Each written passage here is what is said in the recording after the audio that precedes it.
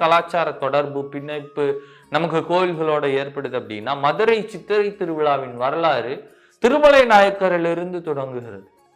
சைவ வைணவ ஒற்றுமைக்காக அவர் உருவாக்கிய அந்த திருவிழா இன்றும் உலகத்தின் மிகப்பெரிய திருவிழாக்கள் ஒன்றாக கொண்டாடப்படுகிறது. மீனாட்சியையும் அவர் அண்ணனாக கள்ளழகரையும் இணைத்து மதுரை மக்கள் கொண்டாடும் இந்த அற்புதமான திருவிழா மதுரையின் அடையாளம் இல்லையா?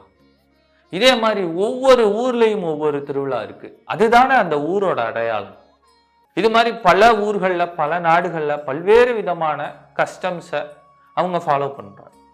ஆனா நம்முடைய கஸ்டம்ஸ் இந்த கோவில்களை சுற்றி கட்டமைக்கப்பட்டிருக்கு.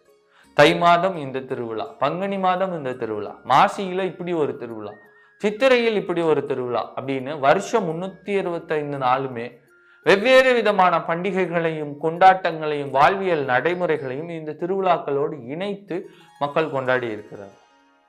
இல்லை இது எதுவுமே எனக்கு வேண்டாம், இது எதையுமே நான் கன்சிடரேஷன்ல எடுத்துக்க மாட்டேன், இது எல்லாமே கட்டுக்கதைன்னா, மதுரை சித்திரை திருவிழாவை நீங்க லாஜிக்கலா பார்த்தீங்கன்னா, தை மாசம் மாசி மாசம் நடந்து கொண்டிருந்த திருவிழா விவசாயிகளின் அறுவடை பாதிக்கப்படுகிறது அப்படிங்கிறதுனால சித்திரை மாதம் மாற்றிருக்கிறார் திருமலை நாயக்கர்.